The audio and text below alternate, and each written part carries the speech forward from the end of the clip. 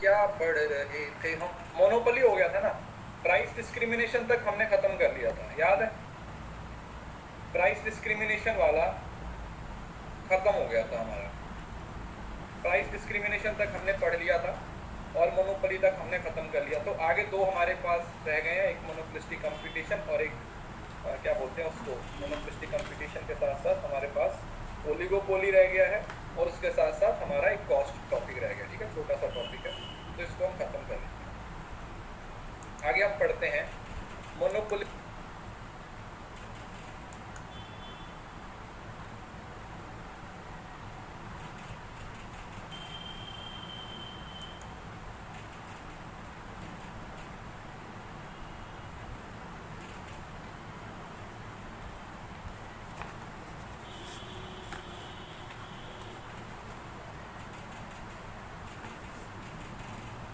Okay, hello everyone, welcome to Unacademy. My name is Takdeer Singh और स्वागत है सभी का आज की क्लास में। तो फटाफट से आ जाइए सारे के सारे स्टूडेंट, 1 मिनट के अंदर अपनी पॉजिटिव अफर्मेशन लिखिए और फिर हम अपनी क्लास को शुरू करते हैं। जल्दी से आ जाइए सारे के सारे स्टूडेंट। गुड इवनिंग बेटा, गुड इवनिंग सभी को, गुड इवनिंग सभी को, गुड इवनिंग।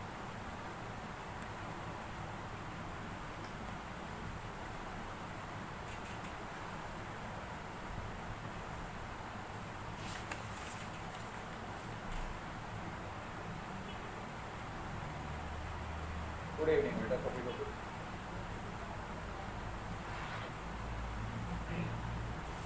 मैं ठीक हूँ, आप बताइए।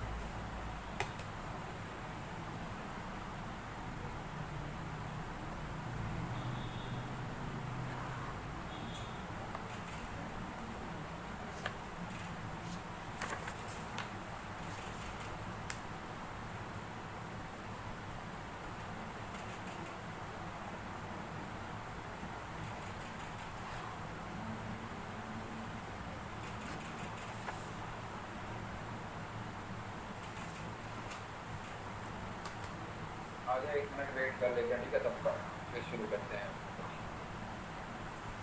मैं बढ़िया हूँ बेटा, आप बताइए।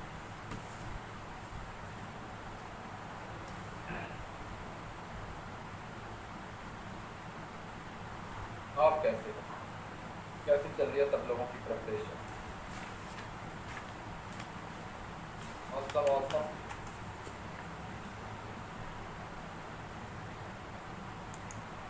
आपको मार्केट स्ट्रक्चर, मार्केट स्ट्रक्चर से क्या समझते हो आप? अगर मैं आपको बोलूं कि what is the meaning of market structure, what do you understand by market structure? बताइए, क्या समझते हो? What is the meaning of market structure?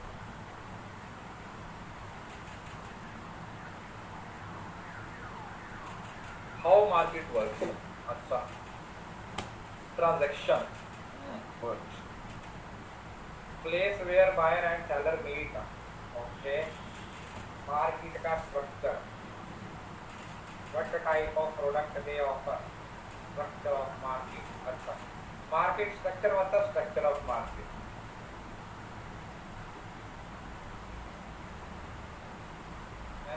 इधर की बात इधर कर दो, इधर के इधर कर दो, चलो जी मीनिंग बनते हैं।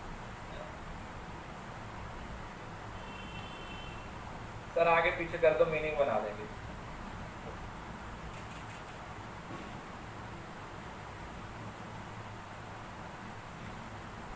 चलो देखो, बेसिकली मार्केट स्ट्रक्चर में आप एक ऐसे सिस्टम को स्टडी करते हो जहां पर आप लोगों को ये मालूम है कि बहुत सारे बायर्स हैं जो अपनी ज़रूरतों के लिए मार्केट में हैं और बहुत सारे सेलर्स हैं जो अपनी ज़रूरतों के लिए मार्केट में। सबसे पहले तो कि हर किसी की अपनी अपनी नीड।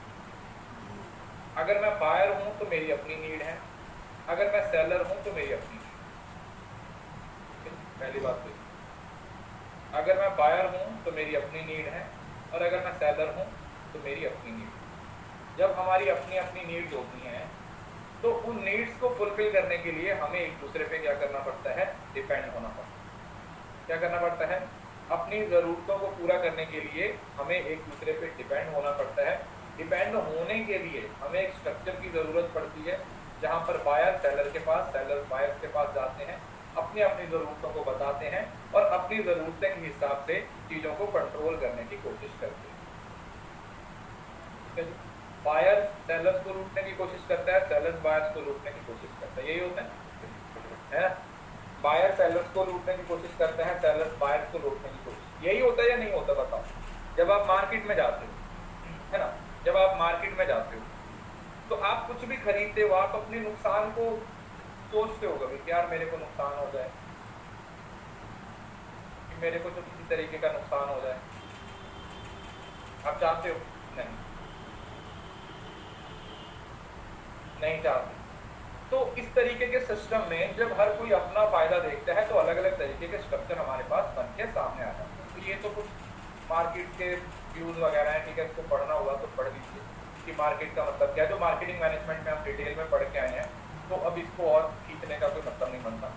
तो मार्केट का मतलब है एक ऐसी जगह, एक ऐसी क्लासिफिकेशन जहाँ पर बायर्स और सेलर्स मिलते हैं, अपनी अपनी ज़रूरतों को पूरा करते हैं और निकलते हैं, ठीक है, अपनी अपनी ज़रूरतों को पूरा करके निकल लेते हैं। बायर्स की अपनी ज़रूरतें हैं भैया, सेलर की अपनी ज़रूरतें हैं, दोनों अपनी अपनी ज़रूरतों को पूरा करते हैं और आगे निकलते हैं।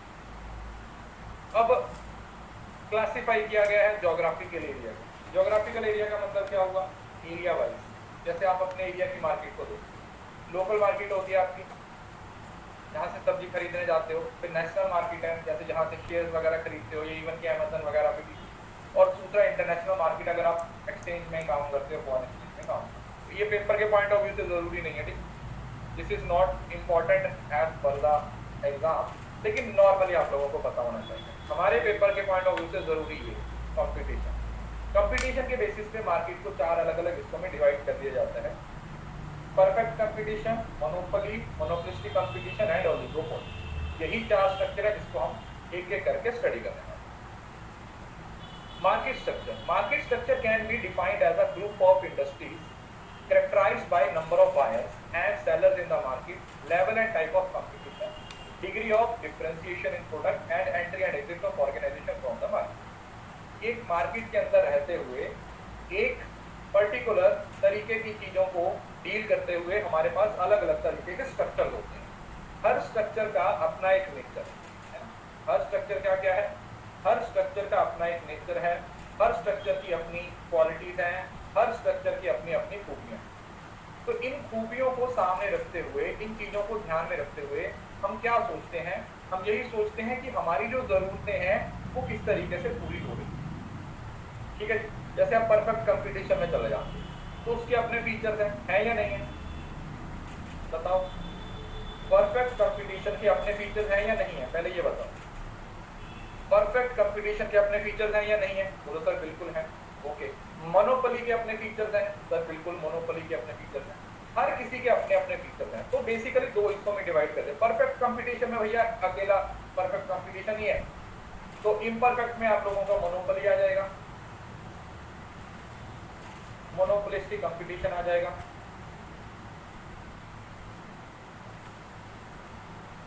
और साथ में ओलिगोपोली आ जाएगा। क्या आ जाएगा? ओलिगोपोली। कि इतना तो आप लोगों को मालूम ही होगा।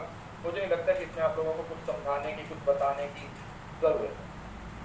तो इसके बेसिस पे आप मार्केट को अलग अलग हिस्सों में डिवाइड कर देते हो। किसी मार्केट का कोई सिस्टम रहता है, किसी मार्केट का कोई सिस्टम रहता है। तो हम एक एक करके समझने की कोशिश करते हैं types of market structure. Market के स्ट्रक्चर में हमारे पास परफेक्ट कंपटीशन। मैं 2-2 लाइन में पहले सब कुछ एक्सप्लेन कर देता हूँ और फिर हम इसको सब किसी को डिटेल में पढ़ेंगे। परफेक्ट कंपटीशन का मतलब क्या होता है? एक ऐसी मार्केट जहाँ पर बहुत सारे बायर्स, बहुत सारे सेलर्स होते हैं, वो आते हैं, अपना सामान बेचते हैं। प्राइस इलास्टिसिटी होती है, वो एकदम से कैसे रहती है? इनफिनाइट वाली स्टेज होती है। इस तरीके से आपके डिमांड कर्व बन जाती है। थोड़ा सा भी चेंज करोगे तो एक भयंकर चेंज है वो देखने को मिलता है। और बेसिकली हम ये बोलते हैं कि जो परफेक्ट कंपटीशन है वो एक तरीके से क्या है? एक मिथ है। समझ रहे हो ना कि ये सिर्फ पढ़ने में चीजें अच्छी लगती हैं, रियलिटी में ऐसा कुछ होता ही नहीं है। समझ आए? रियलिटी में तो परफेक्ट कंपटीशन नाम की कोई चीज होती ही नहीं है। बस ये हम कंसीडर करते हैं, कुछ कैरेक्टरिस्टिक्स के बेसिस पे, कुछ एक हाइपोथेटिकल सिचुएशंस है वो बनाने की कोशिश करते हैं, जिसके बेसिस पे हमारे पास एक परफेक्ट कंपटीशन का नाम है वो एक परफेक्ट कंपटीशन का जो स्ट्रक्चर है वो सब देखने को मिलता है। देन आता मोनोपोली।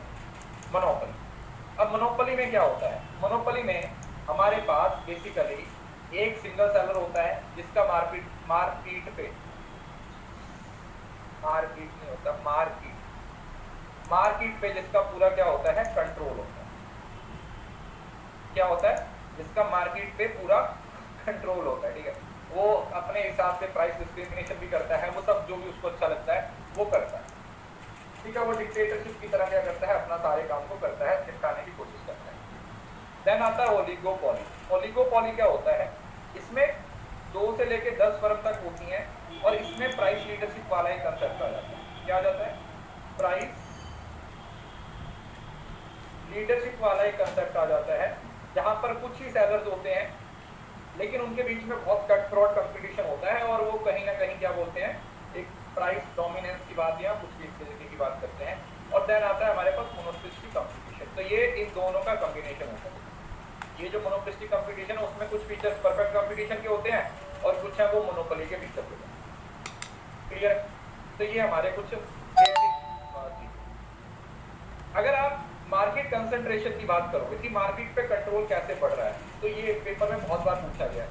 सबसे कम कंट्रोल किसके पास होता है? परफेक्ट कंपटीशन, क्योंकि आपको मार्केट की फोर्सेस के हिसाब से चलना पड़ता है।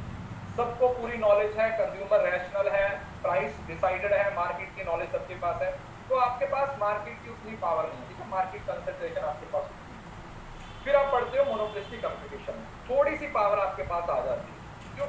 क्योंकि मोनोपोली का एक हिस्सा इसमें आता है। इसके बाद आता है ओलिगोपोली। मतलब देखो, जितनी कम फर्म्स होंगी उतना मार्केट कंसंट्रेशन ज्यादा होगा। मोनोपोली में एक ही फर्म है, ओलिगोपोली में 2 से 10 है, यहाँ पर बहुत सारी हैं और यहाँ पर भी बहुत सारी हैं।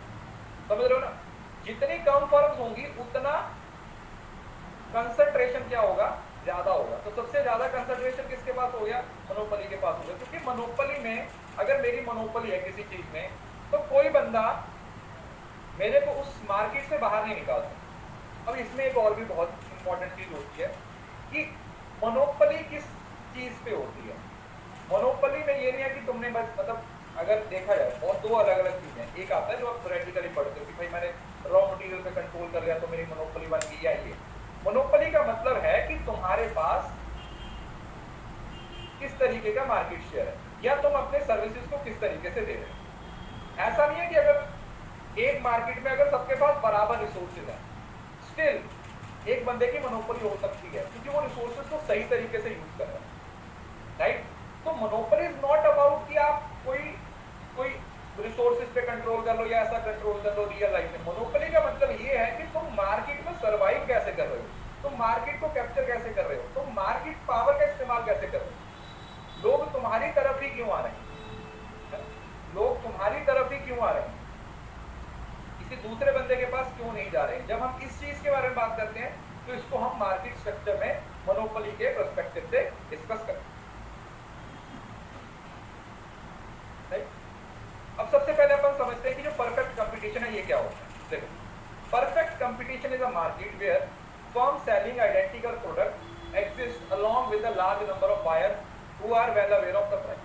कि परफेक्ट कंपटीशन है उसका मतलब कंसंट्रेशन, मतलब एक तरीके से मार्केट को कंट्रोल करना, मार्केट की पावर, मार्केट की पावर,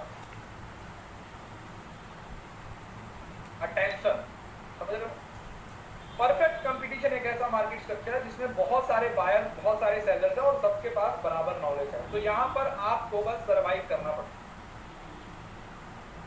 जैसे नॉर्मली बोल दिया जाता है कि जैसे फूड ग्रेन्स है, वेजिटेबल और फ्रूट्स है, best example of perfect competition. Mostly ऐसे ही होता है। अब मार्केट में जब सब्जी मंडी में जाते हो तो आप फ्रूट वगैरह खरीदते हो जो, तो अगर कहीं पे आपको सस्ता मिलता हो आप वहां पे चले जाते हो। नॉर्मली तो रेट वही होता है। अगर सपोज करो आलू 20 रुपए किलो मिल रहे हैं, कोई 25 दे रहा होगा, कोई 15 दे रहा होगा, अप्रोक्सीमेटली वही दे रहा होगा। अगर कोई बंदा 10 देने शुरू कर दे तो एक तो दूसरे को क्या करना पड़ता है, कई बार कम करना पड़ता है, नहीं तो फिर सारी मार्केट उसके पास चली जाती है, कई बार लॉस में हो जाता है। तो मतलब एक सिंपल से एग्जांपल यही है कि परफेक्ट कंपटीशन किस तरीके से काम करता है। लेकिन असल में ये परफेक्ट कंपटीशन की एक मिथ है। इकोनॉमिक्स में इसको एक मिथ ही माना जाता है कि परफेक्ट कंपटीशन नाम की कोई चीज है वो होती नहीं। लेकिन कुछ फीचर्स हैं, कुछ कैरेक्टरिस्टिक्स है। पहला, large number of buyers and sellers. तो कंपटीशन है उसके अंदर बहुत सारे बायर्स और सेलर्स रहते हैं, ठीक है। परफेक्ट कंपटीशन में जो बायर्स और सेलर्स हैं वो बहुत ज्यादा होते हैं। दूसरा, होमोजीनियस प्रोडक्ट। होमोजीनियस प्रोडक्ट का मतलब एक ही आइडेंटिकल प्रोडक्ट। कौन से प्रोडक्ट्स होते हैं? आइडेंटिकल प्रोडक्ट्स होते हैं। हर फर्म एक ही तरीके के प्रोडक्ट को क्या कर रही है? सेल परचेज कर रही है। एक ही प्रोडक्ट है जिसको मार्केट में बेचा जा रहा है। फ्री एंट्री एंड एग्जिट, आप आराम से मार्केट में एंट्री मार सकते हो, आराम से मार्केट से बाहर जा सकते हो। मार्केट में एंट्री और एग्जिट होने के लिए कुछ भी दिक्कत नहीं है, क्योंकि परफेक्ट कंपटीशन आपको पूरी नॉलेज है और परफेक्ट नॉलेज। परफेक्ट क्या है? Perfect knowledge. किसी को इस बात में कोई दिक्कत? हर किसी के पास परफेक्ट नॉलेज है, तो हर बंदा अपने हिसाब से क्या कर रहा है? अपने अपने चीजों को इस्तेमाल कर रहा है। बताइए, किसी को इस बात में कोई दिक्कत? सिंपल है। अरे बोलो ना, शर्मा काहे तो रहे हो? अगस्त आ गया, पता तुम? आ गया अगस्त, रहो मस्त।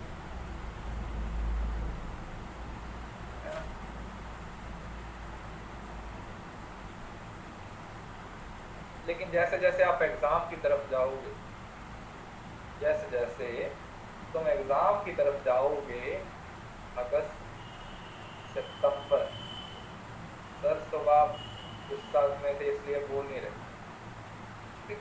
गुस्से वाली हरकतें करोगे तो क्या मैं गले में हार डालूंगा तुम्हारे? बताओ, तुम ऐसी हरकतें करोगे तो तुम्हें क्या लगता है? मैंने आपको पहले दिन बोल दिया कि मेरा नेचर बेटा आपके बिहेवियर पे डिपेंड करेगा। आप मेरे से अच्छे रहोगे तो मेरे से फनी बंदा भी आपको कोई नहीं मिलेगा। अगर मेरे साथ पंगा लोगे तो फिर मेरे से स्ट्रिक्ट भी इंसान आपको कोई नहीं मिलेगा। इस वजह से मेरा तो बिहेवियर आप लोगों के बिहेवियर पे डिपेंड करता है। आप अच्छे से रहो तो जिस दिन आप अच्छे से रहते हो मैं कुछ बोलता हूँ। अभी मैं डांट रहा हूँ क्या? कितनी बार डांटा मैंने आपको बताया? सबसे ज्यादा आज ही डांटा होगा। अभी 1 महीना 1.5 महीना आपको पढ़ते हो गया होगा, सबसे ज्यादा तो आज ही डांटा होगा ना। डांटा भी नहीं था, तो बात ऐसी थी कि मुझे बोलना पड़ा। यस और नो? अगर मैं नहीं बोलता तो फिर वो चीजें रिपीट होती। समझ रहे हो ना? कुछ चीजों को रोकना जरूरी होता, नहीं तो फिर वो हाथ से निकल जाती इस वजह। राइट? तो अब ये हमारे परफेक्ट कंपटीशन के कुछ कैरेक्टरिस्टिक्स हैं जिसके बारे में हम यहाँ पर बात कर रहे हैं। जैसे परफेक्ट कंपटीशन है, इधर सेलर है हमारे पास, ठीक है, ये सेलर है, और नो कोई रिस्ट्रिक्शन नहीं है, कोई डायरेक्ट कंपटीशन भी कोई नहीं होता। Seller products at identical market price, जैसे बताया था मार्केट में जो प्राइस चल रहा है उसी प्राइस पे आप क्या कर रहे हो? आप सामान को उसी प्राइस पे आप सामान को क्या कर रहे हो? बेच रहे हो। और इधर बायर है initiating the buying and selling mechanism, तो नॉर्मल, ठीक है, क्लियर है, सिंपल है। किसी को इस बात में कोई दिक्कत? परफेक्ट कंपटीशन के फीचर्स क्लियर है, मीनिंग क्लियर है कि असल में परफेक्ट कंपटीशन होता क्या। वैसे आप लोगों ने 11वीं 12वीं में पढ़ा होगा, 11वीं 12वीं में एक किताब आती थी बीके पब्लिकेशन। मतलब अगर आप इको पढ़ना चाहते हो खुद से, या कल आपको इको पढ़ाना पड़े, तो इस किताब से बेहतर किताब आपको कोई नहीं मिलेगी। अगर कल सपोज आप कहीं किसी जॉब में जाते हो, वहां पे आप लोगों को इकोनॉमिक्स पढ़ाने का मौका मिलता है, then you must go with this book. ये बुक इनकी स्टैटिस्टिक्स की भी आती है, इनकी इकोनॉमिक्स की भी आती है, इनकी और भी किताबें आती है। तो ये किताब है। कभी भी ना नई किताब नहीं लेते, है ना, याद रखिएगा। मैं अपने कॉलेज टाइम पे क्या करता था, जैसे कॉलेज के बाद जब नेट की तैयारी करते थे, तो जैसे 2 किताबें ले आई सेकंड हैंड, उसको पढ़ लिया, अच्छे से नोट्स बना लिए, वो वापस कर दिया, उसमें से 200-300 की वापस हो जाती थी, 100-200 डाल के 2 किताबें और ले आते थे, क्योंकि पैसे पूरे ही होते थे, है ना, पूरे पैसे होते थे कि हाँ यार 500 रुपये है तो 2-3 किताबें अगर इससे जुगाड़ हो जाए तो सही है ना। उस टाइम पे इस तरीके से होता है। लेकिन ये किताब मैंने उस टाइम पे खरीदी थी। ऐसा नहीं कि लेटेस्ट वर्जन नहीं है, लेटेस्ट भी है, लेकिन मतलब कॉन्सेप्ट तो वही रहता। तो अगर फीचर्स को डिटेल में पढ़ें तो पहला क्या है large number of buyers and sellers. सबसे इंपॉर्टेंट क्या है कि हमारे पास बहुत सारे बायर्स हैं और sellers, large number of buyers. ऐसा नहीं है कि सिर्फ बायर्स ही ज्यादा होते हैं। नॉर्मली मार्केट में अगर आप देखते हो, ज्यादातर मार्केट स्ट्रक्चर में यही होता है कि जो बायर्स होता है ना, बायर्स होते हैं वो ज्यादा होते हैं सेलर्स के कंपैरिजन। लेकिन अगर आप सब्जी मंडी में चले जाओ ना, तो भाई सेलर्स भी बहुत होते हैं। आप कभी सब्जी मंडी में जाओगे ना, बहुत सारे सेलर्स होते हैं और सेम चीज को बेच रहे होते हैं। आपको आलू पहली रेडी पे भी मिल जाएंगे, दूसरी पे भी मिल जाएंगे, 5वीं पे भी मिल जाएंगे, 10वीं पे भी मिल जाएंगे, 50, पूरी मार्केट में आपको हर जगह पे आलू मिल रहा होगा। इस वजह से है, इस वजह से तो लार्ज नंबर ऑफ बायर्स और सेलर्स है वो यहाँ पर आपको देखने को मिलते हैं। होमोजीनियस प्रोडक्ट, होमोजीनियस का मतलब होता है आइडेंटिकल। जो प्रोडक्ट आप बेच रहे हो वही प्रोडक्ट कोई दूसरा बंदा बेच रहा है, जो वो बेच रहा है वही आप बेच रहे हो। तो जो प्रोडक्ट्स है वो एकदम से आइडेंटिकल है, प्रोडक्ट्स में किसी भी तरीके का कोई वो नहीं, गैप नहीं। अब ease of entry and exit from the market, अब इसका मतलब क्या हुआ कि आप बड़े आराम से मार्केट में एंटर हो सकते हो, बड़े आराम से मार्केट से जा सकते हो, क्योंकि देखो नॉलेज पूरी है, कोई बैरियर ही नहीं है। रोकेगा किस चीज से, किस बेसिस पे आप रोक सकते हो? कोई तरीका नहीं है रोकने का, देयर इज नो मेथड जिससे आप किसी की एंट्री को रोक सको। आपकी रेडी है तो साथ में किसी और ने रेडी लगा ली, तो आप उसे ये थोड़ी बोलोगे कि तूने यहाँ पे रेडी क्यों लगा, तो भाई तूने भी तो लगा रखी, मैंने लगा रखी है तो तूने भी तो रेडी लगा रखी है, तेरा कौन सा ट्रक चल रहे हैं, तेरी भी तो रेडी ही है। सो दैट सिंपल मीन्स कि यहाँ पर कोई भी बैरियर नहीं। सिंपल आप लाइसेंस लेते हो या रेडी वालों को जो मार्केट होती है उस वाले बंदे को आपको रेंट देना होता है जगह का, समझ रहे हो?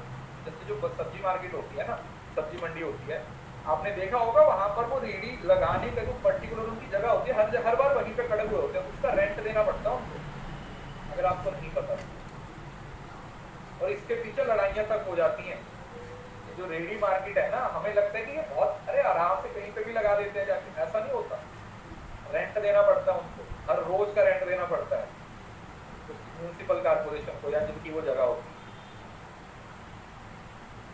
सब देते हैं। गोलगप्पे वाला हो चाहे कोई रेडी वाला, हर कोई। आप लोगों ने देखा होगा ये आजकल ना बड़ा चल रहा है बिजनेस, जैसे अभी तो चलो गर्मी है, ये तो 1-2 महीने और चलेगा।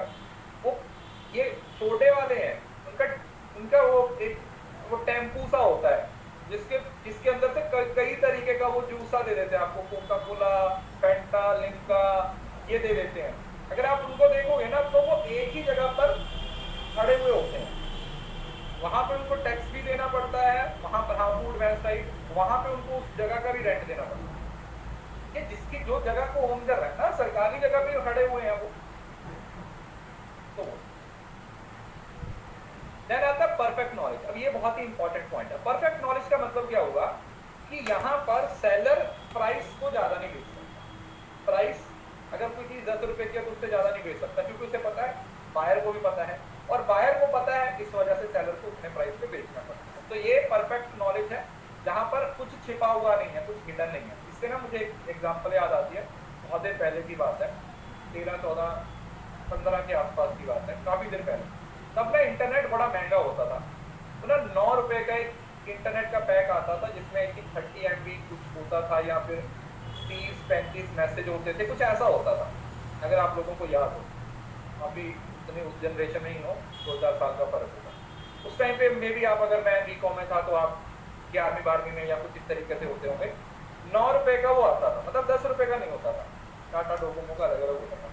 तो हम नॉर्मली क्या होता था, जब दुकान पे गए किसी को 10 रुपए दे दिए तो 1 रुपए वापस नहीं लेते थे। नॉर्मली दिमाग में ये होता था कि 10 रुपए का। तो मेरा एक दोस्त था, अभी रिसेंट, मतलब उसकी शादी हो चुकी है, एक उसकी बच्ची भी है, वो ऐसा नहीं था। वो एक दुकान पे गया, बोला कि रिचार्ज का पैक दे दो, तो बोला ठीक है, उसने 9 रुपए का पैक दे दिया, 10 रुपए उसने दे दिए। वो तो अपना दूसरों को ले गया, वो खड़ा रहा, बोला और चाहिए कुछ, बोला नहीं, बोला मेरा बकाया चाहिए। बोला कौन सा बकाया? बोला ये तो 9 रुपए का है। बोला 10 रुपए का ही है। बोला मेरे को तो 9 लिखा हुआ है ना, मेरे को 1 रुपए बकाया चाहिए, नहीं तो छोड़ मैं किसी और दुकान से ले लूंगा। तो दिस इज द रीजन कि यहाँ पर हर किसी को पता है कि प्रोडक्ट कितने का है, या मार्केट की हर किसी को नॉलेज है। तो फिर बायर्स और सेलर्स दोनों अपनी अपनी नॉलेज को चलाने का इस्तेमाल करते हैं। Firm is a price taker. Price taker का मतलब क्या होता है? कि यहाँ पर आप प्राइस बनाते नहीं, समझ रहे हो ना? प्राइस किसके द्वारा डिसाइड किया जाता है? प्राइस डिसाइड किया जाता है मार्केट की फोर्सेस के द्वारा। अगर आप लोगों को पता, प्राइस किसके द्वारा डिसाइड किया जाता है? मार्केट की डिमांड और सप्लाई, तो जहां पर इक्विलिब्रियम आ जाता है। तो इस वजह से आप प्राइस को डिसाइड नहीं करते हो, इस वजह से आप प्राइस टेकर बन जाते हो कि आप सिर्फ प्राइस लेते हो। व्हाट यू डू, आप सिर्फ प्राइस लेते हो, आप प्राइस डिसाइड नहीं करते हो। नो गवर्नमेंट इंटरवेंशन, सरकार इसमें कोई इंटरवेंशन नहीं करती है, क्योंकि पूरे का पूरा सरकार, देखो दो तरीके के सिस्टम होते हैं किसी भी इकोनॉमिक सिस्टम में। एक होता है ओपन मार्केट और एक होता है कंट्रोल्ड मार्केट।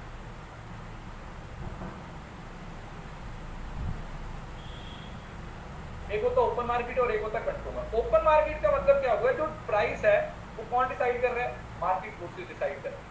ओपन मार्केट का मतलब सरकार बोलेगी हम कोई इंटरवेंशन नहीं कर रहे हैं, हमारे एंड से आप फ्री हो, आपको जो करना है करो। ओपन मार्केट का मतलब क्या होगा? कि हमारे एंड से तुम फ्री हो, हम कुछ नहीं कर रहे हैं, आपको जो करना है वो करो। लेकिन कंट्रोल मार्केट में सारा कंट्रोल किसके पास होता है? गवर्नमेंट के पास।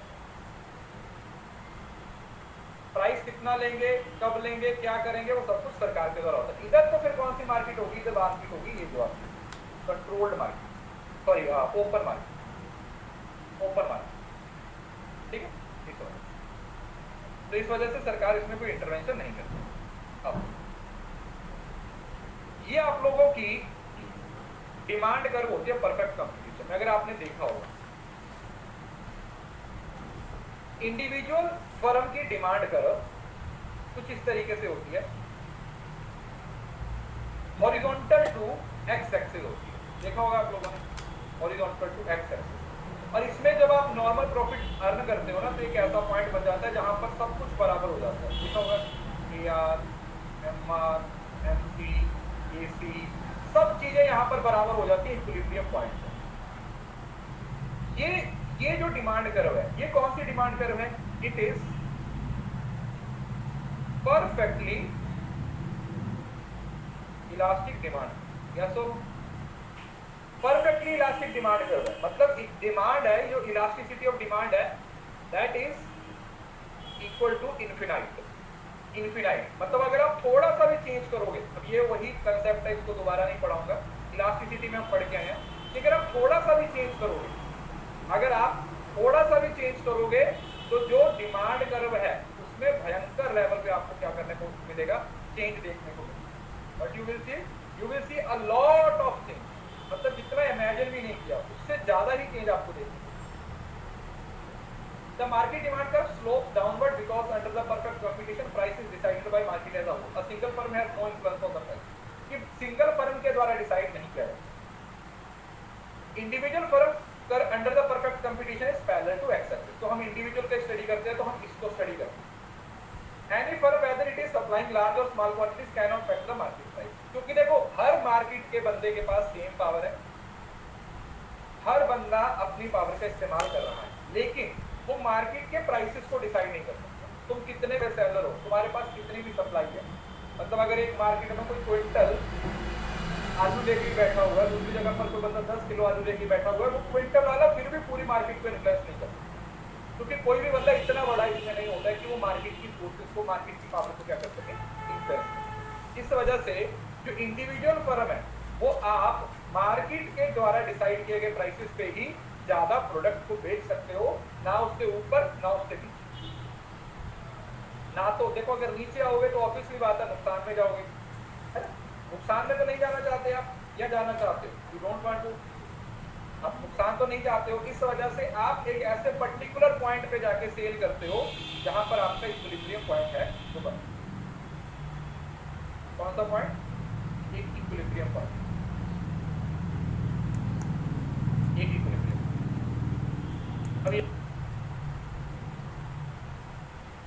आउटपुट है वो प्राइस डिटरमिनेशन। अब ये दो प्राइमरी कंडीशन हो, याद रखिएगा, these are two primary condition जो आपको हर मार्केट स्ट्रक्चर में सेम है।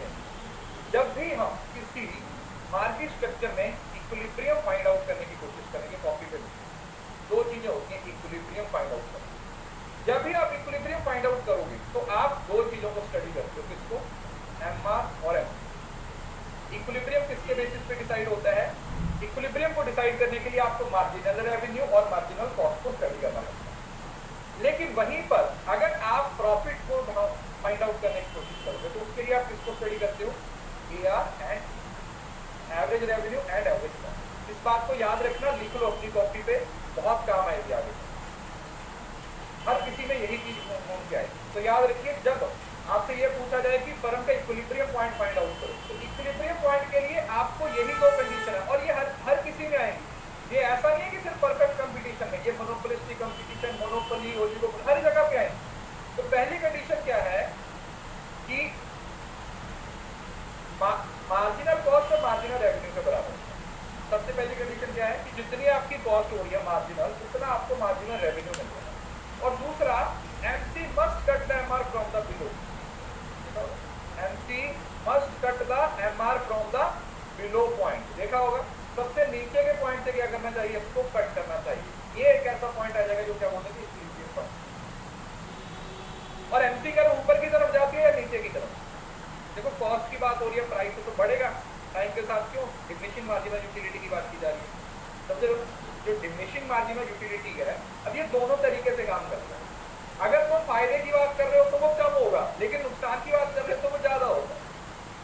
नेचर तो समझते हो ना, मार्जिनल का नेचर आपको पता है।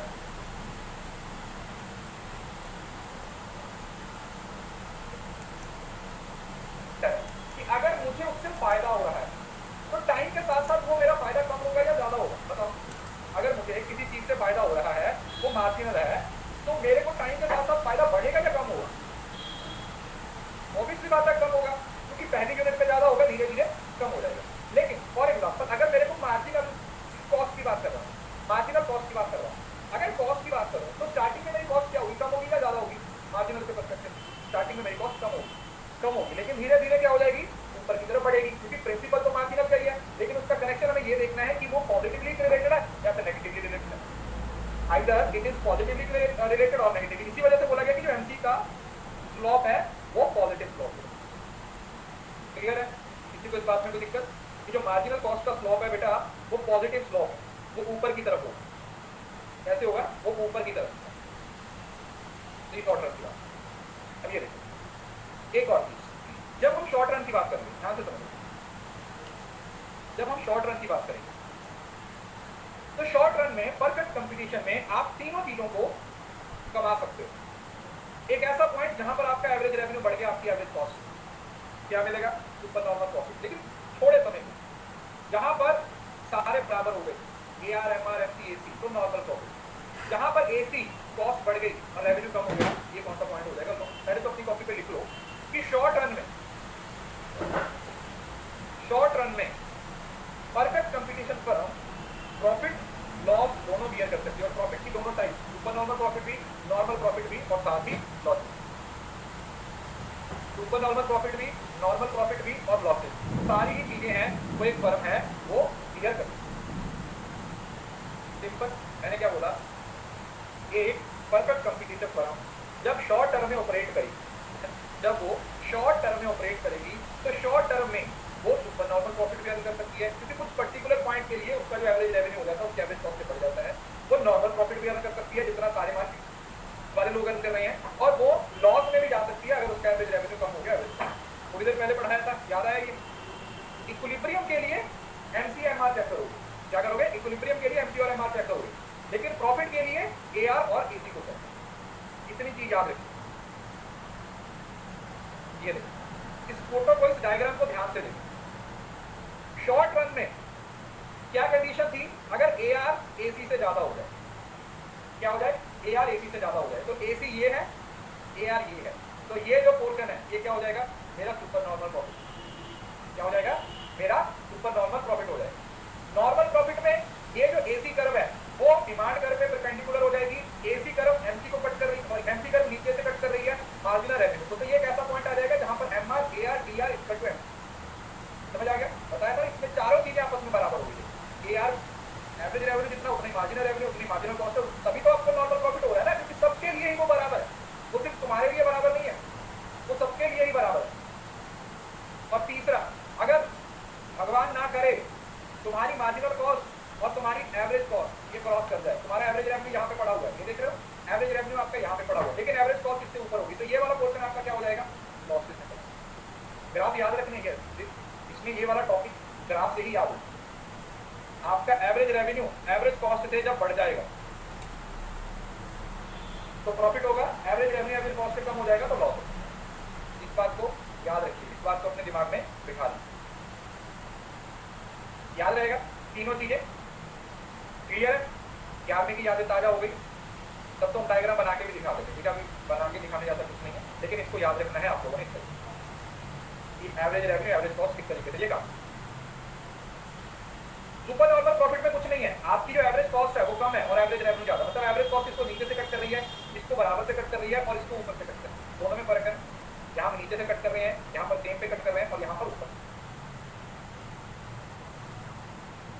तो ये आ जाएगा आप लोगों का शॉर्ट। ये यहाँ पर क्या देख रहे हो आप, लॉस हो रहा है, सॉरी प्रॉफिट हो रहा है, ऊपर वाली साइड पे लॉस हो रहा है और इस पॉइंट पे नॉर्मल प्रॉफिट। किसी को इस बात में कोई दिक्कत? Short run equilibrium of firm, इसको अपनी कॉपी पे लिख लीजिए, दिमाग में बिठा लीजिए, क्योंकि ये इसी तरीके से याद करना पड़ेगा। अगर इसको इसी तरीके से याद करोगे तभी आपके पेपर में हेल्प होगी, अदरवाइज फिर आपको बनानी पड़ेगी। तो ये तो हो गया शॉर्ट रन। अब लॉन्ग रन, लॉन्ग रन में फर्म को सिर्फ और सिर्फ नॉर्मल प्रॉफिट होता है, सारी कर्व तरीके से मैच हो रही है एक पॉइंट। अब इसका एक बहुत ही वैलिड रीजन है, ध्यान से पहले अपनी कॉपी पे लिखो, पहले अपनी कॉपी पे लिखो कि लॉन्ग रन में सुपर नॉर्मल प्रॉफिट नहीं होगा, लॉस भी नहीं होगा, सिर्फ और सिर्फ नॉर्मल प्रॉफिट। और इसका रीजन क्या है वो मैं आपको बताऊं, ये रहने दो, इसको नहीं पढ़ना, इसको पढ़ोगे तो बहुत कंफ्यूज हो जाओगे। मैं आपको सिंपल इसका लॉजिक बताता हूँ। याद, लॉन्ग रन में आप लोगों को सुपर नॉर्मल प्रॉफिट क्यों होता है, उसका सबसे बड़ा रीजन है फ्री एंट्री एंड एग्जिट।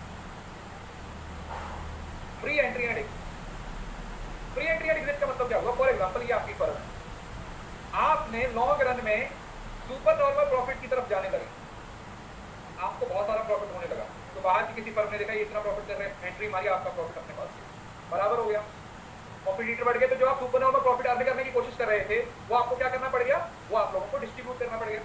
क्या करना पड़ गया? वो आप लोगों को डिस्ट्रीब्यूट करना पड़ गया। क्या करना पड़ गया? वो प्रॉफिट आप लोगों को उन फर्म्स को देना पड़ गया जो फर्म पहले मार्केट में नहीं थी लेकिन अभी एंटर की, जो पहले नहीं थी मार्केट में अभी एंटर की। और अगर फॉर एग्जांपल आपको लॉस होने लगे तो आप खुद ही मार्केट से बाहर हो जाओगे। अगर आपको लॉस होने लगा तो आप टिकोगे ही नहीं, आप खुद ही मार्केट से बाहर हो जाओगे। इस वजह से जब भी हम लॉन्ग रन इक्विलिब्रियम की बात करते हैं तो ये जो परफेक्ट कंप्लीशन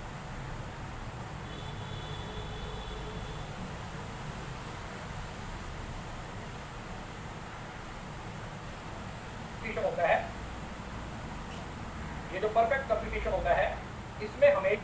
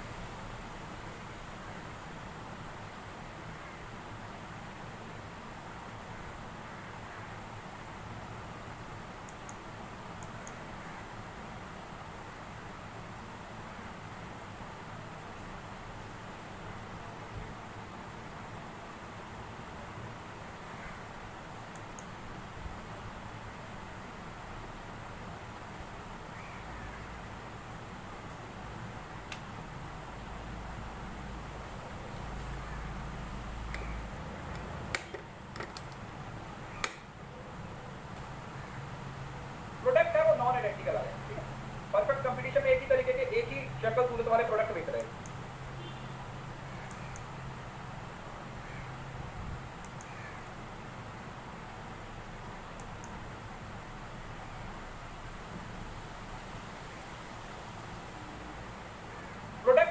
आइडेंटिकल आ जाएंगे, ठीक है।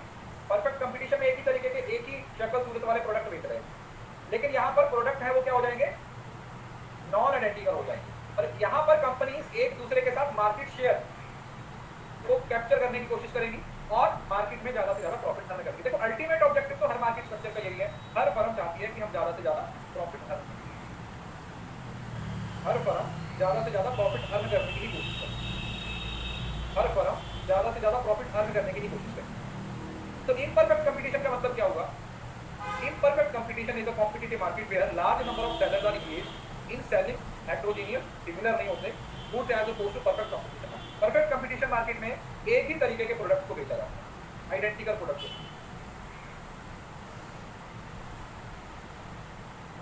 आइडेंटिकल प्रोडक्ट्स होते हैं। लेकिन इम्परफेक्ट कंपटीशन में सेम टाइप की बात की जाती है,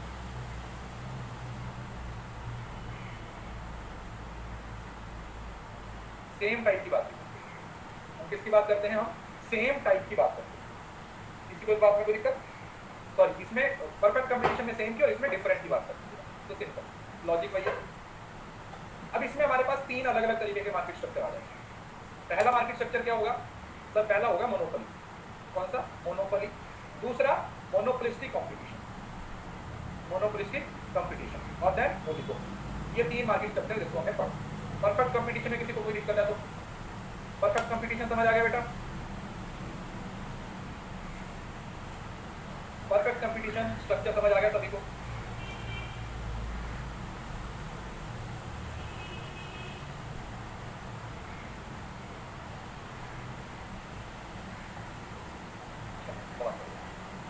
अब मोनोपोली, अब आप लोगों ने पढ़ा होगा मोनोपोली, मोनोपोली, मोनोपोली।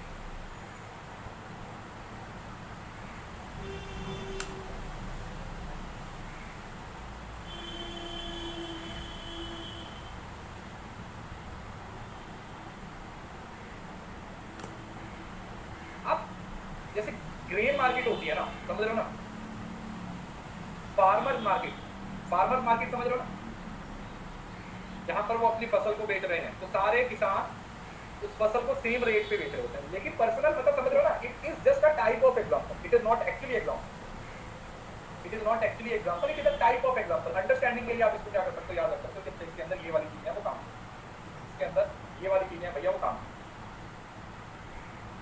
क्योंकि प्राइस तो डिसाइड किया जाता है गवर्नमेंट के द्वारा, मतलब मार्केट फोर्सेस के द्वारा। कोई मोनो का मतलब होता है सिंगल, पॉलिंग का मतलब होता है सेलर। मोनो का मतलब सिंगल, पॉलिंग का मतलब हुआ सेलर। मोनो, सिंगल, पॉलिंग का मतलब seller. Monopoly means alone to cell.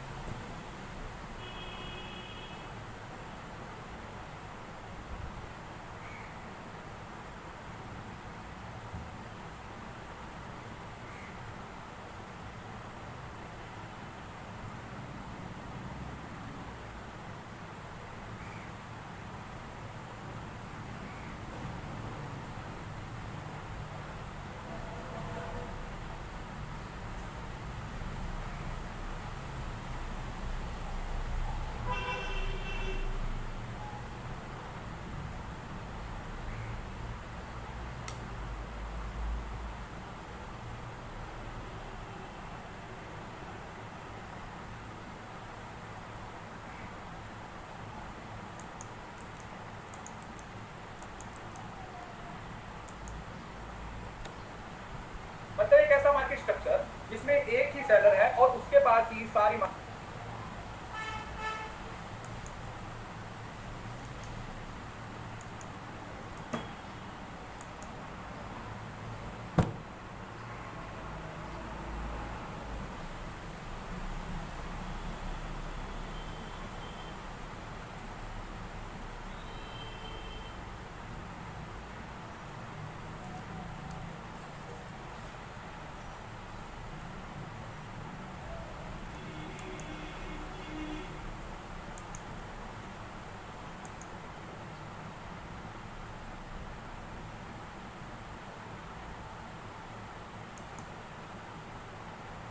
Market की पावर है, क्योंकि उस प्रोडक्ट का कोई क्लोज सब्सिट्यूट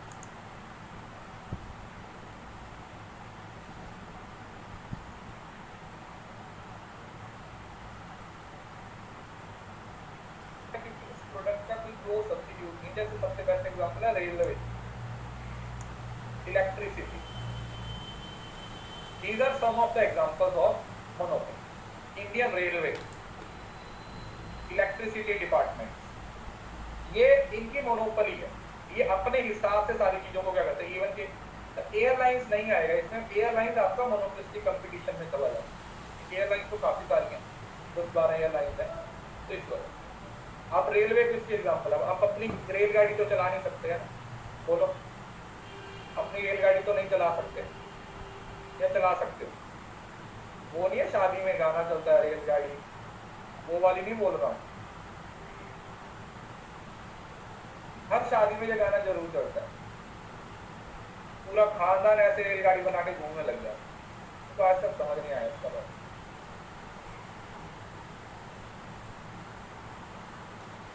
शादी रेलगाड़ी आई है ना, पता नहीं तो पंजाबी शादियों में चलता होगा, आपकी शादियों में नहीं चलता होगा। पंजाब की तो हर शादी में चलता है, और ये इन बिटवीन से चलता है। मतलब समझ रहे हो, एक बार नाचना गाना शुरू हो गया ना, जब थक जाते हैं लोग, जब लोग थक जाते हैं ना, तो फिर ये चलता है। जब हिम्मत नहीं होती ना नाचने की, तो फिर ऐसे एक दूसरे को पकड़ पकड़ के भागते। चल, तो it is a single firm industry. तो इसमें इंडस्ट्री और फर्म और इंडस्ट्री एक ही होती है, ठीक है। इसमें फर्म और इंडस्ट्री क्या होती है, एक ही होती है। वही फर्म है वही इंडस्ट्री, वही फर्म है वही industry. So monopoly can be defined as a market structure wherein a single producer or seller has a control on the entire market. पूरी मार्केट पे जिसका कंट्रोल है। Pure or absolute monopoly exists when a single firm is the sole producer for a product for which there are no closest. ये market में survive क्यों करते हैं? क्योंकि जो इनके पास है ना, वो और कोई ऑफर नहीं कर रहा। Single seller deals in products that have no close substitute in the market and demand. Supply and price of the product are controlled by a single seller. ठीक है, एक सिंगल सेलर के द्वारा क्या किया जाता है, जिसको कंट्रोल किया जाता है। Therefore the slope of demand curve move downward from the down to the, ये इसी तरीके से होती है आप लोगों की, इस तरीके से। A common example is Indian railway which has control over the rail road transport.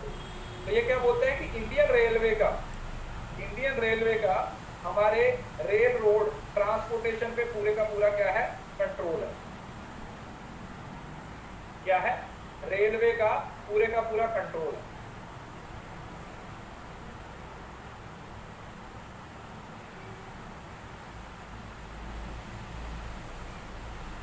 पूरे का पूरा रेलवे पे कंट्रोल है।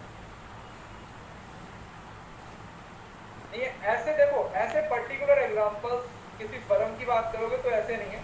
अब रेलवे को याद रखो, रेलवे को याद। अब मोनोपोली के फीचर्स क्या हैं? जैसे हमने परफेक्ट कंपटीशन के फीचर्स पढ़े थे, उसी तरीके से हमारे पास कुछ मोनोपोली के फीचर्स भी। कैसे कैसे फीचर्स हैं? सबसे पहले existence of a single seller, कि मार्केट में एक ही सेलर है, एक सेलर के अलावा और कोई दूसरा सेलर ही नहीं। ठीक है, मार्केट में क्या है, मार्केट में सिर्फ एक ही सेलर है जी, एक सेलर के अलावा मार्केट में कोई दूसरा सेलर ही नहीं। There is only one seller. दूसरा, एब्सेंस ऑफ सब्स्टिट्यूट। आपकी मोनोपोली बनी ही इस वजह से है क्योंकि आपका मार्केट में कोई क्लोज सब्स्टिट्यूट ही नहीं। ठीक है, मार्केट में कोई क्लोज सब्स्टिट्यूट ही नहीं है, इसी वजह से आप मार्केट में मोनोपोली बनाए बैठे हो। इसीलिए आप मार्केट में मोनोपोली बनाए बैठे हो।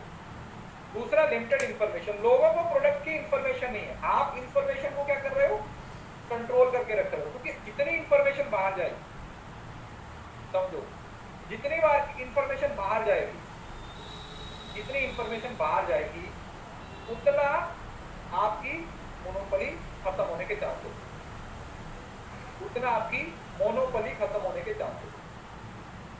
तो कंपनी अपनी मोनोपोली बनाने के लिए इंफॉर्मेशन को कंट्रोल में रखती है। वो चाहती है कि किसी भी तरीके से इंफॉर्मेशन आउट ना,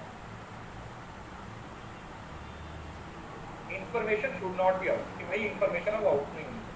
दूसरा, बैरियर्स टू एंट्री। अब एंट्री बैरियर्स हैं, आपने उस चीज को कॉपीराइट करवा रखा है, ट्रेडमार्क कर रखा है, पेटेंट करवा रखा है, आपने रिसोर्सेज पे ही कंट्रोल कर रखा है। जैसे Japan is considered to have a monopoly over electronic product, even China वाले भी इसी फील्ड में आ गए। इलेक्ट्रॉनिक प्रोडक्ट्स इतने अपने कंट्रोल में रखे हुए, मोनोपोली बना दी। वही खिलौना जो इंडिया में 100 रुपए से कम नहीं मिलता, वो चाइना वाले 7-7 रुपए 8-8 रुपए का बना रहे हैं। चाइना वाले वही खिलौना 7 रुपए का 8 रुपए का बना के मार्केट में सेल कर रहे हैं। अब लोग सोचे जा रहे हैं अच्छा कि यार ये कितने का प्रोडक्ट है, कितने का नहीं। दूसरा कई बार होता है टेक्नोलॉजी, जैसे आईफोन वाले केस में होता है इनोवेशन का इस्तेमाल करके करना। तो रिसेंटली आपने पढ़ा होगा ट्विटर का नाम चेंज कर दिया, एक्स कर दिया, देखा होगा। अगर आप ट्विटर यूज करते हो तो आपके फोन में भी ट्विटर की शक्ल चेंज हो गई होगी। मैं तो कल परसों ऐसे देख रहा था, मतलब जिस दिन अनाउंस किया उसी दिन तो नहीं चेंज हुआ था, लेकिन मैंने कल दोबारा जब चेक किया अपना ट्विटर खोल के, तो मैंने कहा अच्छा यार ये तो चेंज हो गया। तो अच्छा ये एक्स बना, एक्स कर दिया।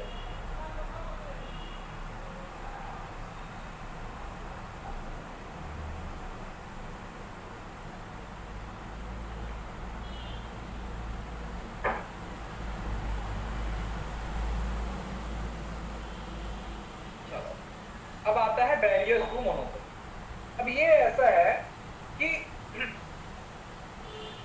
मोनोपोलीज बनती कैसे हैं, कि कौन कौन से ऐसे रीजंस हैं जिसके बेसिस पे फर्म्स मार्केट में अपनी मोनोपोली बना ली। व्हाट आर द रीजन, कौन से ऐसे रीजंस हैं जिसकी वजह से फर्म्स मोनोपोली बना ली। एक एक करके समझते हैं। सबसे पहले आते हैं लीगल रिस्ट्रिक्शन, जिसको फ्रेंचाइज मोनोपोली बोलते हैं, जिसकी हम रेलवे की बात कर रहे थे। जो सरकार के द्वारा लीगल रिस्ट्रिक्शंस लगा दी जाती हैं कि इस चीज को कोई और बंदा प्रोड्यूस ही नहीं कर सकता, इस चीज को कोई दूसरा बंदा इस्तेमाल ही नहीं कर सकता। उसको हम क्या बोल देते हैं, फ्रेंचाइज मोनोपोली। क्या नाम दे दिया जाता है उसको, उस मोनोपोली का नाम दिया जाता है फ्रेंचाइज मोनोपोली। जैसे इंडिया में देखा जाए इलेक्ट्रिसिटी है, रेलवे है, रोडवेज है, एयरलाइंस है, मतलब इंडिया के अंदर तो रेलवे वगैरह नहीं है, सॉरी रेलवे है, एयरलाइंस नहीं है, तो वो जो सरकार चाहती है। देखा तो raw material monopoly. Raw material monopoly का मतलब क्या हुआ कि किसी प्राइवेट फर्म ने उस प्रोडक्ट के सारे रॉ मटेरियल पे कब्जा कर रखा है। जैसे अरब वाले हैं, तेल पे पूरा कब्जा कर रखा है, तेल पे पूरा कब्जा कर रखा है, ऑयल पे पूरा अरब वालों ने, है ना। तो वो रॉ मटेरियल मोनोपोली इसी का पार्ट बनता है कि कोई भी हो सकता है। जैसे aluminium company of America has monopolised aluminium industry. जैसे एल्यूमिनियम कंपनी है अमेरिका की, उन्होंने पूरी की पूरी एल्यूमिनियम मार्केट पे जितना भी एल्यूमिनियम बनेगा, समझ रहे हो ना, जैसे सपोज करो कि प्रोडक्ट है जैसे मोबाइल है। अब मोबाइल को बनाने के लिए सपोज करो एक पर्टिकुलर टाइप का प्रोडक्ट यूज होता है, रॉ मटेरियल। अब अगर एक फर्म आए पूरे इंडिया में जितना भी वो रॉ मटेरियल है सब अपने पास ले जाए, तो अपने आप को मोनोपोली बना लेगी, क्योंकि इसको बनाने के लिए जो चीज चाहिए वो बाकी किसी कंपनी के पास है ही। तो इसको बोले थे रॉ मटेरियल मोनोपोली। तो कई बार कंपनी रॉ मटेरियल मोनोपोली का भी इस्तेमाल करती है। Sometimes they use raw material monopoly, raw material monopoly का भी इस्तेमाल करते हैं। देन आता है हमारे पास पेटेंट मोनोपोली। पेटेंट का मतलब क्या होता है, जहां पर आपने किसी चीज को एक्सक्लूसिव राइट अपने पास रखा हो, पेटेंट, समझ रहे हो, आपने उस चीज को लीगली अपने पास बना रखा है। फ्रेंचाइज का मतलब होता है बेटा जो सरकार के द्वारा पब्लिक इंटरेस्ट में बना दिया जाता है, समझ लो।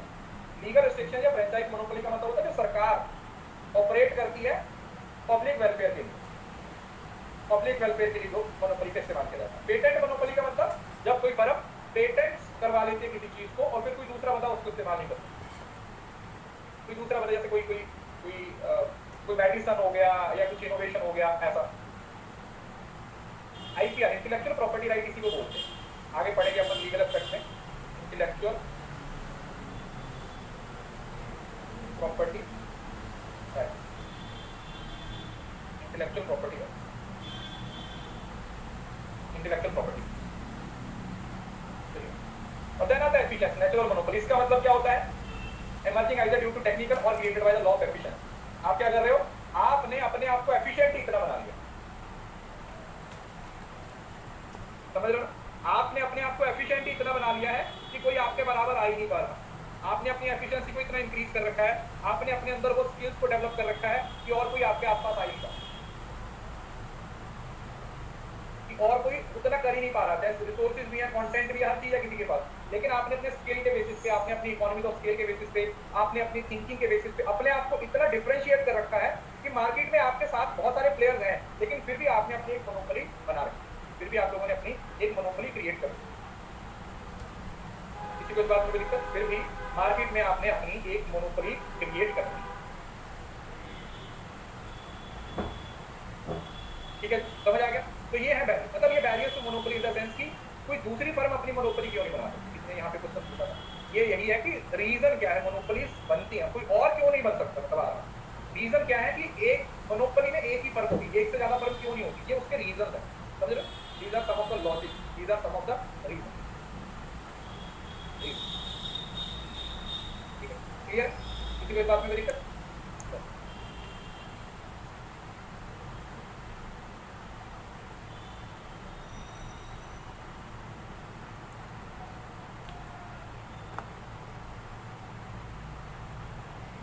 जो वाटर सप्लाई वाली कंपनी होती है ना, ये उसके अंदर आ जाती है, समझ लो ना? जैसे आपके घरों में जो पानी आता है ना, जो वाटर टैप वाली कंपनी है, वो इसकी एक एग्जांपल, वो इसकी एक example, water tap, water tap natural gas भी हो सकता है। अब ये आता है डिमांड और रेवेन्यू। अब ये बिल्कुल आप लोग जो इलास्टिसिटी ऑफ डिमांड पढ़ के आते वही। सबसे पहले तो डिमांड कर्व है, वो फर्म की जो डिमांड कर्व है वही इंडस्ट्री की डिमांड कर्व, तो अलग अलग नहीं है कि डिमांड मार्केट की। आई थिंक नेचुरल की वही बताया ना, वाटर टैप वाले होते हैं जिसकी जहाँ से आपके घरों में पानी आता है, सीवेज वगैरह जितना भी होता है ना, जो जिनके पास ये सारा कंट्रोल होता है, वो नेचुरल मोनोपोली की type, that is the type of natural monopoly. अब देखो, demand curve is also average revenue curve, demand curve he average revenue curve. तो इस जब भी मैं ये टॉपिक पढ़ाता हूँ ना, मेरे को एक बहुत ही पुराना इंसिडेंट याद आ जाता है। हमें हमको मन में थे, हमें इकोनॉमिक्स होता था, माइक्रो इकोनॉमिक्स है ना, तो जो हमारे सर होते थे ना, बीकॉम में भी जैसे होता है ना, बीकॉम में हमारे कॉलेज में क्या होता था, बच्चे बहुत होते थे, लगभग 150 सीट होती थी हमारे कॉलेज में बीकॉम के लिए। अभी भी वहाँ पर सीट मिलना मतलब बहुत ही मुश्किल है, बहुत ही मुश्किल है वहाँ पर। वो मतलब 12वीं के बाद आपके नंबर कितने हैं उसके बेसिस पे आपको सीट वहाँ पे मिलती है। तो जो हमारे इकोनॉमिक्स के टीचर है ना, AS कॉलेज का नाम आप सर्च करोगे ना, तो पंजाब यूनिवर्सिटी के टॉप कॉलेज में आता है AS कॉलेज का नाम। तो हमारे कॉलेज में जो हमारे प्रोफेसर होते थे ना, 3 साल उन्होंने वही पढ़ाया था। जैसे इवन ऑड के सेक्शन बन जाते थे, मैं 3 साल ऑड में रहा। जैसे ऐसा होता था कि एक रोल नंबर है वो A सेक्शन में जाएगा, जो 2 है वो B में, फिर 3, 4, 5, 6, इस तरीके से हमारे कॉलेज में सेक्शन बने हुए होते थे। तो जितने भी इवन वाले होते थे वो एक सेक्शन में होते थे, और जितने भी ऑड वाले होते थे वो B सेक्शन में होते थे। तो हमारा रोल नंबर हर बार इवन में चला जाता, सॉरी ऑड में होता था। तो हमें फिर टीचर भी अलग अलग होते हैं। तो हमारे जो इकोनॉमिक्स वाले सर थे ना, वो बहुत ही अच्छे सर थे, लेकिन उनकी एक बड़ी दिक्कत, तो थोड़ा एज थे और वो ना बहुत स्लो बोलते थे, स्लो बोलते थे, पीछे वालों को सुनता ही नहीं था, इतना स्लो बोलते थे। तो वो बोलते थे आगे, जैसे गले से आवाज नहीं आती,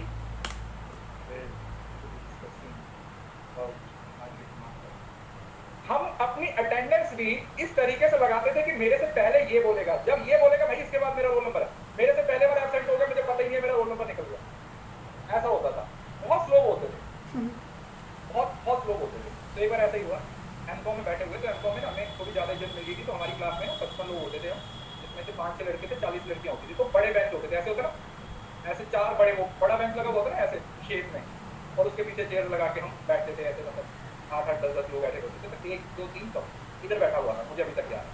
हाँ, कॉन्फ्रेंस बेंचेस होते थे, तो इधर बैठा हुआ था, ठीक है जी। तो मैं इधर बैठा था, तो अब तो रिटायर हो गया था, मेरे साथ बहुत बनती थी उनकी, अच्छी बनती थी। तो यहाँ पे बैठा हुआ वो ना, फिर हमें यही पढ़ा रहे थे, डिमांड सप्लाई पढ़ा रहे थे, और मेरा ध्यान पता नहीं कहाँ पे था, मुझे खुद नहीं था, मैं देख भी नहीं रहा हूँ बोर्ड पे, मैं किसी और की तरफ मतलब देख रहा हूँ, मेरे को खुद याद नहीं कि मैं क्या सोच रहा हूँ। तो अब उसने भी मुझे देख लिया कि इसका ध्यान किसी और साइड पे है। तो अचानक पढ़ाते पढ़ाते ना वो बंद पढ़ा, मुझे बोला मजाक कर रहा, सारे दो मेरे को सुना रहा है आंटी के बाद मेरे को अपना नाम लिया, तो मेरा तो सुनेगा ही भाई। मैं एकदम से डर गया, आज तो बेइज्जती होगी भयंकर वाली। तो मैंने कहा सर, हाँ जी सर बताइए। बोला स्टैंड अप। तो मैं ऐसे ही, मतलब जब आपको कुछ आता नहीं है ना, तो आपको पता होता है कि आपकी बेइज्जती होने वाली है ना, तो आप खड़े होने में भी थोड़ा सा टाइम लगाते हो। आप सोचते हो कि शायद मास्टर जी बोले कि चलो बैठे बैठे, तो आप हर टक्के टैक्टिक का इस्तेमाल करने की कोशिश करते हो कि कुछ हो जाए, लेकिन मैंने हर टैक्टिक का इस्तेमाल किया, शो ऑफ स्लोमो में मैंने थोड़ा थोड़ा ऐसे, लेकिन फाइनली वैसे तो उठना पड़ेगा। तो लेकिन इसमें ऐसा होता है ना, आसपास वाले वो फिर आपका बड़ा मजाक उड़ाते, वो फिर बेइज्जती करते हैं ना। तो मैं खड़ा हो गया, तो मुझे बोल रहे कौन सा टॉपिक चल रहा है, तो टॉपिक को दिखा रहा था, मैंने कहा सर इलास्टिसिटी ऑफ डिमांड। बोला अच्छा, नहीं मार्केट स्ट्रक्चर चल रहा था, मतलब उसमें यही सेम ये वाला डायग्राम बना हुआ था। इस वजह से ना जब भी ये डायग्राम आता ना, हमेशा ये इंसिडेंट बताता, ये सेम डायग्राम बना हुआ था इस तरीके से, लेकिन उसने ना सिर्फ डिमांड कर्व लिखा हुआ था, उसने एआर नहीं लिखा हुआ था, उसने एआर नहीं लिखा हुआ था, उसने सिर्फ डिमांड कर्व लिखा हुआ था। उसने एआर वैसे पढ़ा दिया होगा कि जो डिमांड कर्व होती है वही एआर होती है। तो मुझे बोला क्या है, मैंने कहा चलिए, मतलब फिर मेरे को थोड़ा सा मैंने देखा मोनोपोली का सर मार्केट स्ट्रक्चर आपने बनाया हुआ, डिमांड कर्व बनाया हुआ है। मुझे बोला अच्छा, बोला ये डिमांड कर्व नीचे की तरफ क्यों होती है, और वो मार्केट उसमें पढ़ा हुआ इलास्टिसिटी ऑफ डिमांड में, बोले कि नीचे की तरफ क्यों होती है। मैंने कहा सर उसके पास पावर है, तो नॉर्मली ये नीचे की तरफ ही आएगी, क्योंकि ये हमारी रिलेटिव इलास्टिक होती है, बहुत ज्यादा प्राइस आपको चेंज नहीं कर सकती। अब उसकी पूरी कोशिश है कि इसको किसी तरीके से फंसाऊं, लेकिन मैं निकले जा रहा हूँ। एंड में उसने फिर एक सवाल पूछा जिसमें उसको पक्का पूरी उम्मीद थी कि ये फंसेगा। मुझे बोला अच्छा ये डिमांड कर्व है, तो बोला फिर एवरेज रेवेन्यू कहाँ पे होगा। एवरेज रेवेन्यू का पता तो तब हो अगर ध्यान दिया हो, तब पढ़ा रहा है, लिखा हुआ भी नहीं है, मैं फोटो को बहुत ध्यान से देखे जा रहा हूँ कहाँ पे लिखा हुआ है, ऐसे है ना, ऐसे आंखें घुमा घुमा के कि कहीं पे लिखा हुआ हो, कहीं पे हो। फिर मेरी नजर यहाँ पे पड़ गई इधर, तो दो ही लाइनें हैं, तुक्का मारते हैं, ये बोलते थे कि सर ये demand curve average revenue, purely तुक्का मारा मैंने कहा सर डिमांड कर्व की तो एवरेज रेवेन्यू बोलते हैं। वो भी समझ गया कि मारा तो इसने तुक्का, लेकिन एकदम से सही लग गया इसका, तब बच गया मैं बहुत, नहीं तो फिर भाई फ्रैक्चर वाली इंसल्ट होती है। तो इस वजह से इसमें डिमांड कर्व होती है, वही आपका एवरेज रेवेन्यू होता है। तो जो भी कर्व बनाई जाएगी प्रॉफिट चेक करने के लिए वो इधर ही बन, बहुत लकी है उस केस में, मैं काफी लकी हो गया था उस केस।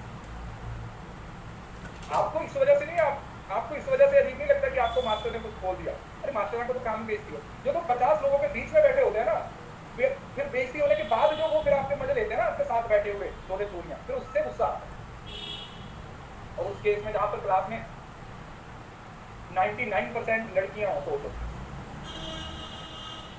बंदा अगले 2 दिन छुट्टी पे रह गया, पता नहीं जब भूल जाएंगे ना लोग, लड़कियां भी भूल जाएंगी कि पिछली क्लास में क्या हुआ था, तब जाएंगे दोबारा। इसी डायग्राम पर एक्सप्लेन करूंगा इधर। ये देखो, ये आप लोगों की marginal revenue, sorry average revenue है, जिसमें आप डिमांड कर बोल देते हो। ये जो है वो इस सीरीज को कितने हिस्सों में बराबर बांटता है, 2 बराबर हिस्सों में बांटता है। तो समझ रहे हो ना, जो मार्जिनल रेवेन्यू है वो एवरेज रेवेन्यू और इस पॉइंट के बीच में से निकलता है। क्या करता है, बीच में से निकलता। अगर आप लोगों को याद हो, ये वाला पॉइंट इलास्टिसिटी इक्वल टू 1, ऊपर की तरफ गए थे तो बढ़ रहा था, नीचे की तरफ आए थे तो कम हो रहा था। याद है, टोटल रेवेन्यू के साथ इलास्टिसिटी का कनेक्शन था, याद है कि कम होगा और बढ़ेगा, तो उसमें किस तरीके का रिलेशन होता है। तो ये वही है, यहाँ पर इलास्टिसिटी 1 के बराबर है, तो मैक्सिमम टोटल रेवेन्यू आपका ज्यादा होगा। ऊपर की तरफ जाओगे तो टोटल रेवेन्यू बढ़ेगा, इलास्टिसिटी 1 से ज्यादा होगी, नीचे की तरफ आओगे तो डिक्रीज होगा। ये वाला हो गया। अब इसके अंदर भी आप रिलेशन को कैसे पढ़ते हो, पहले तो एआर और एमआर दोनों नेगेटिवली नीचे की तरफ आ रहे हैं, ऐसे हो रहे हैं। ये आपका एआर पड़ा हुआ है, इसके बीच में बीचों बीच थोड़ा सा ज्यादा, इधर बीचों बीच आपका एमआर पड़ा हुआ है। तो ये क्या बोल रहा है कि दोनों ही क्या हो रहे हैं, नीचे की तरफ आ रहे हैं, ठीक है, डाउनवर्ड स्लोप है एआर का और एमआर का। ये लिखा हुआ MR curves cut half way between AC curve and Y axis, तो ये बीच में से कट कर रही है। यहाँ पर ये 2 बराबर हिस्सों में क्या कर दिया, डिवाइड कर दिया। It cut the area between AR 2 बराबर, AAC can not be 0 but MR can be 0 और गिवन नेगेटिव।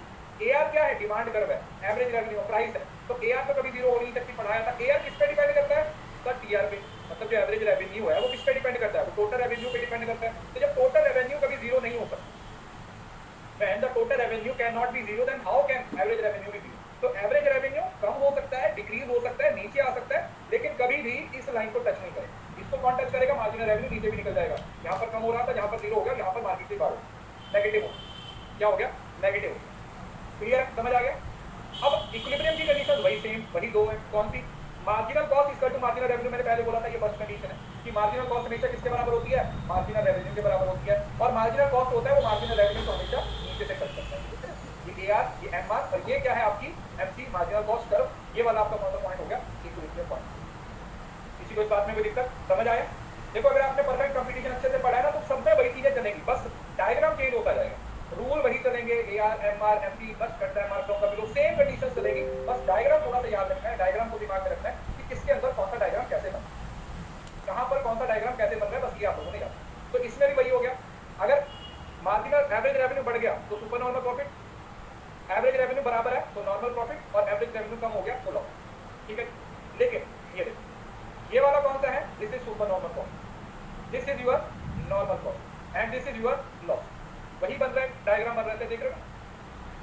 ये आप लोगों का एवरेज रेवेन्यू है, ये वाली एवरेज कॉस्ट है ना, यस और नो।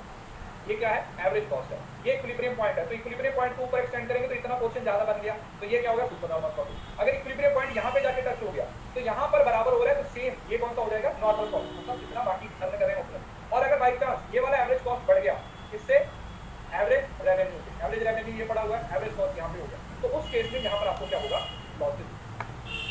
इस बात में कोई दिक्कत बताइए, it is clear to you, समझ आ गया ना। सेम टू सेम वही चीजें चल रही हैं जो इससे पहले पढ़े हैं, same to same perfect competition वाले ही रूल है। बस परफेक्ट कंपटीशन में क्या था, एक हॉरिजॉन्टल लाइन के थ्रू आप चीजों को एक्सप्लेन कर रहे थे, कैसे कर रहे थे, हॉरिजॉन्टल लाइन के थ्रू आप चीजों को एक्सप्लेन कर रहे थे। लेकिन यहाँ पर आप कैसे कर रहे हो, आप एक जो इलास्टिसिटी ऑफ डिमांड है, रिलेटिवली इलास्टिक डिमांड कर बना के इसको डिस्कस कर रहे हो।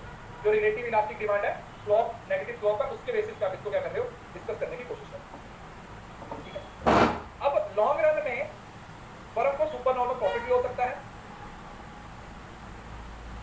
लॉन्ग रन में मोनोपोली को सुपर नॉर्मल प्रॉफिट अर्न करता है। लॉन्ग रन में हमेशा नॉर्मल प्रॉफिट क्या होगा, सुपर नॉर्मल प्रॉफिट ही अर्न करता है, याद रखिएगा। शॉर्ट रन में ये तीनों चीजें हो जाएंगी, लॉन्ग रन में ही। और अगर लॉन्ग रन में परफेक्ट कंपटीशन की बात करें तो उसको सिर्फ और सिर्फ नॉर्मल प्रॉफिट होता है, समझ आया। अगर मैं इधर लिख दूं मोनोपोली और परफेक्ट कंपटीशन,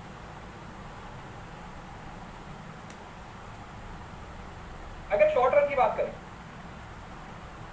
शॉर्ट रन की बात करें तो इसको नॉर्मल प्रॉफिट होगा, इसको भी नॉर्मल प्रॉफिट होगा, इसको नॉर्मल लॉस होगा, इसको भी नॉर्मल लॉस होगा, इसको सुपर नॉर्मल प्रॉफिट होगा, इसको भी सुपर नॉर्मल प्रॉफिट होगा, तीनों बराबर होंगे। लेकिन लॉन्ग रन में मोनोपोली में सुपर नॉर्मल प्रॉफिट और यहाँ पर नॉर्मल।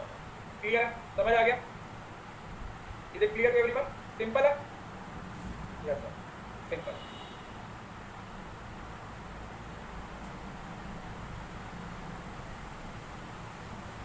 राइट, बहुत बढ़िया। अब आता है प्राइस डिस्क्रिमिनेशन। अब इसको थोड़ा सा ध्यान से समझना, हमारे पेपर में एक प्राइस डिस्क्रिमिनेशन का टॉपिक पूछा जा रहा है, ठीक है, ये कुछ नहीं पढ़ना। प्राइस डिस्क्रिमिनेशन का मतलब क्या होता है, मोनोपोली में आप प्राइस डिस्क्रिमिनेशन कर सकते हो। प्राइस डिस्क्रिमिनेशन का मतलब क्या हुआ कि आप अलग अलग लोगों से उनकी पेइंग कैपेसिटी के अकॉर्डिंग अलग अलग पैसे ले सकते हो, समझ रहे हो ना। मेरी जितनी पेइंग कैपेसिटी है उससे उतना ले लोगे, दूसरे वालों से उतना। इसकी सबसे बेस्ट एग्जांपल है, जैसे आप रेलवे में जा रहे हो, रेलवे में अलग अलग काउच बने हुए हैं, सबसे पहले प्रीमियम जिसमें एसी होता है, उसके बाद नॉर्मल, फिर उसके बाद ये जो स्लीपर होता है। अब गाड़ी तो एक ही है, रेलगाड़ी तो एक ही है, लेकिन उसके अंदर आप लोग क्या कर रहे हो, अलग अलग कस्टमर से अलग अलग प्राइस चार्ज कर रहे हो। और इसकी एकमात्र कंडीशन ये है कि हर मार्केट में जो इलास्टिसिटी है डिमांड की वो डिफरेंट होनी चाहिए। मतलब जो बंदा एक, जैसे सपोज करो स्लीपर में वो 50 रुपए, यहाँ पर वो 250 रुपए की है और यहाँ पर वो 500 रुपए। अब कोई बंदा 500 देने के लिए तैयार है, उसके लिए वो प्राइस इलास्टिसिटी इनइलास्टिक हो जाएगी। जो 250 दे रहा है उसके लिए रिलेटिवली इलास्टिक हो जाएगी, और इसके लिए परफेक्टली इलास्टिक हो जाएगी, क्योंकि वो 50 ही दे सकता है। 50 नहीं देगा तो फिर वो गाड़ी में चढ़ेगा ही नहीं। तो इसकी एक लॉजिक कंडीशन ये होती है कि हर मार्केट में जो प्राइस इलास्टिसिटी है वो क्या होनी चाहिए, डिफरेंट होनी चाहिए। क्या होनी चाहिए, हर मार्केट में जो प्राइस इलास्टिसिटी है वो क्या होनी चाहिए, डिफरेंट। अगर हर मार्केट में प्राइस इलास्टिसिटी डिफरेंट है तभी आप प्राइस डिस्क्रिमिनेशन को अवॉइड कर सकते हैं। समझ आ गया। हाँ कि कोई भी एग्जांपल, जैसे क्रिकेट मैच की एग्जांपल हो, आप इवन क्या जहाज में भी बैठते हो ना, वहां पे भी आते हो। मैं बताता हूँ इसको कैसे।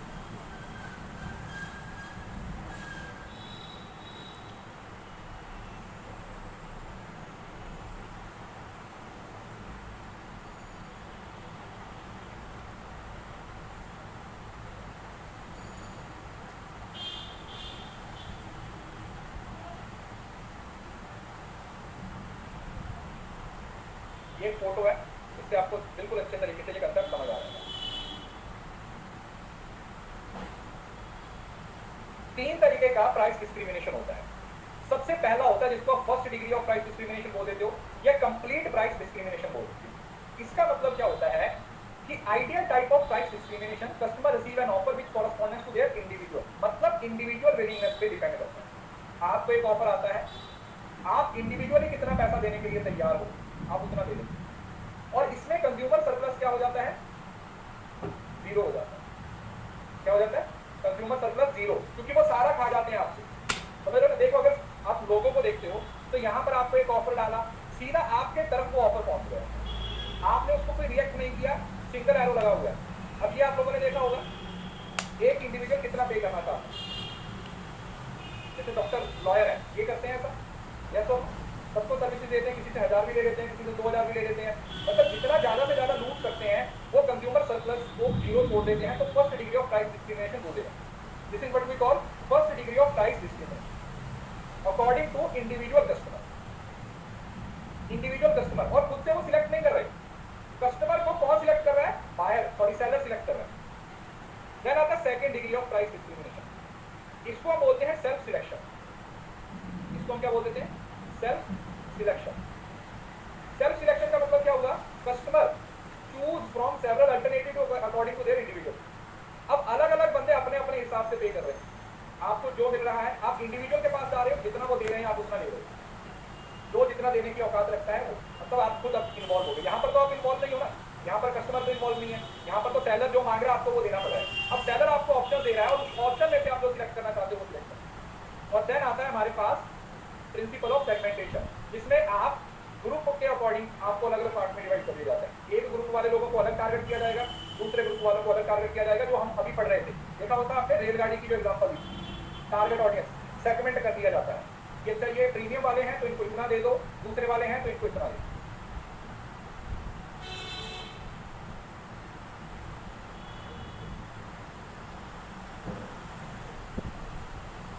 इसकी एग्जांपल देखो, ये ज्यादा अच्छे तरीके से क्लियर कर देगा। ये देखो,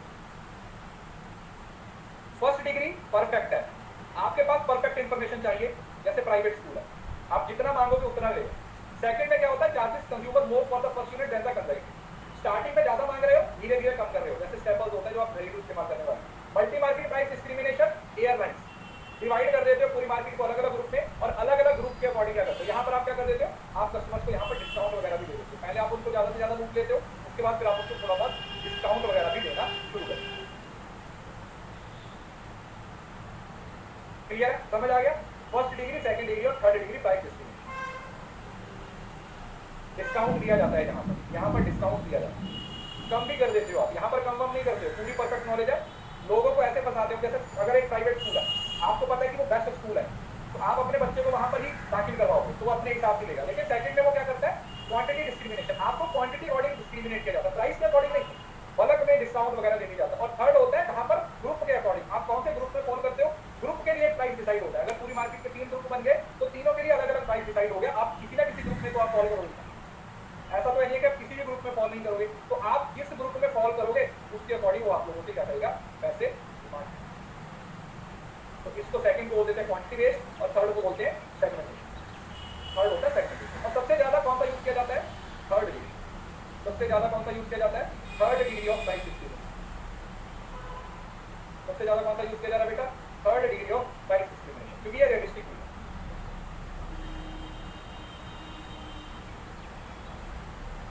ये सबसे ज्यादा रियलिस्टिक है।